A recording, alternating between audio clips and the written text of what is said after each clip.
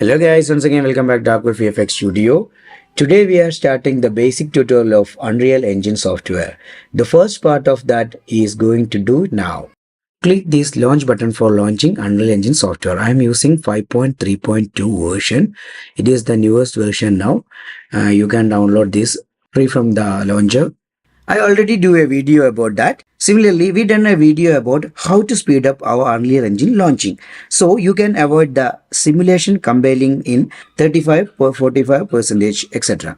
Let's see how to create a project. Here we can see a lot of presets, recent projects, games, film videos, also architecture games, automotive games, simulation games, etc. I will select the game section here, but I will only talking about the VFX part because I don't know much about the game development section. The reason why I don't take the film video section, there is no modeling section in it. While doing VFX video, we have to create some models for that. Now we can select the blank project inside the game section. Now tick on these two columns, starter content and ray tracing. It's an important one. I will tell you what is this in future. Here we have an option to change the location of your project. After clicking on this folder, we can select a directory or folder for saving our entire project here. Just select and press the button open. Here you can add a name for your project. Just delete this and create a new name. I'm using a name class 1. What's important is that we can't add any space or full stop, comma, dash, etc. We can only underscore can be used here. Now click the create button for starting a new project. Okay. And this is the main interface of our Unreal Engine. And I suggest you to leave this level and create a new one and start working on it. For that, go to File, create a new level. Here, click on Open World or Basic World. I like click on Open World, then Create. Now you got a new level. You must save that. Go into File and save current level. Command S is the shortcut. In Windows, it is Control S. Now we can see a window pop up like this.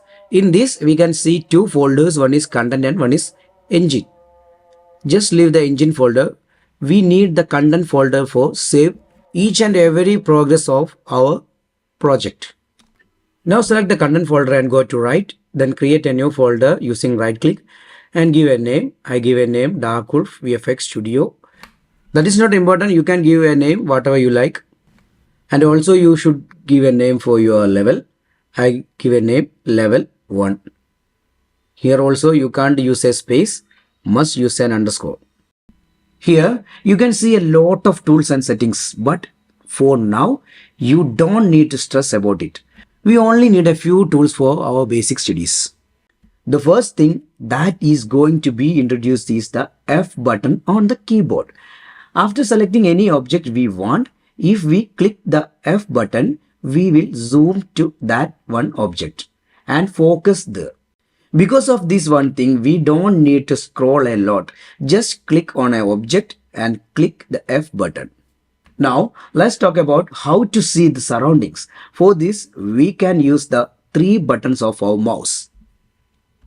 By using the left button of our mouse, we can pan from left to right and right to left by a 360 degrees. Similarly, by using the right button, we can tilt from top to bottom and bottom to top. Also left to right and right to left. Similarly, using the middle mouse button, we can see up and down as I shown in this video, as well as the left and right. If you practice more with your mouse, you will understand easily. Here you can see perspective. That is an important one. After clicking, you can see many options below. These are the view from each side, top, bottom, left, right. It's a 2D plane. For now, we don't need any of this. 3D planes are plenty when we are starting learning. I mean, the perspective view is important for us. Also, there will be appear camera viewport and cinematic viewport, default viewport. We will discuss about that in later. Here are the 4 tools that are the most important for basic tools. First one is the selection tool. This is using for selecting any object. Let me explain to you using a cube. For that, click on this plus button and add a cube from the shapes. Now we can see that cube on our scene. But if we move the mouse somewhere, there is a possibility that will not be visible. When this happens, we can search for the cube in our outliner, and after double clicking on this name, we will get the focus on that cube. In this table, we can see the list of all the things we are using for our project. Here we can rename each asset. For that, we can use the shortcut F2 on our keyboard. Here I am giving a name for that cube, Dark Wolf, for finding easily. Now I can search Dark Wolf. Now I can double click on this Dark Wolf. It will focus on that cube. Now I want to change the position of that cube. For that, I come to the details panel and click this arrow button for resetting the position. Now the location will be reset to 0. Okay. The cube position is now in the center of our world. Now you know how to focus on that cube. For that, we come back to the outliner and double click on the name Dark Wolf. Now let's come back to these 4 tools. The first one is the selection tool. As we said earlier, its purpose is to select an object in the scene. Q is using as a shortcut of this tool. The next tool works almost the same, but it is more advanced. Its main purpose is transfer one object from one place to another place or another location using these arrow keys. W is the shortcut. I can demo how to change the position of cube like this in all the 3 dimensions. The next one is rotation tool. E is the shortcut. Using this, we can rotate an object in 3 dimensions. The next tool is using for scaling an object like its height, width and depth. For that, just click and drag the cube in the respective dimension. If you click on that one square on the middle and move to right, you will see that object is completely enlarged. And if you move it to left side, you will see that the object is completely reduced. I mean, you can control the size of that object using the middle cube. Now, we can see an arrow on this cube that is called pivot.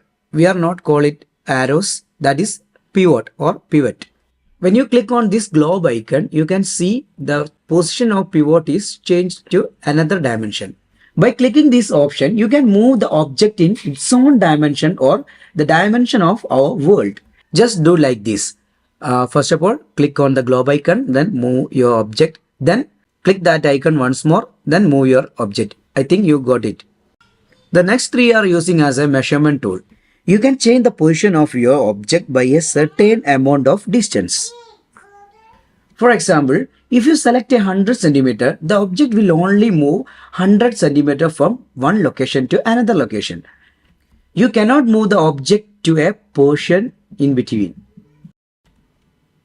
The next 2 tools are doing the same thing.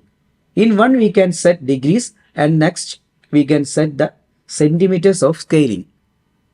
The next important one is the content browser or content drawer.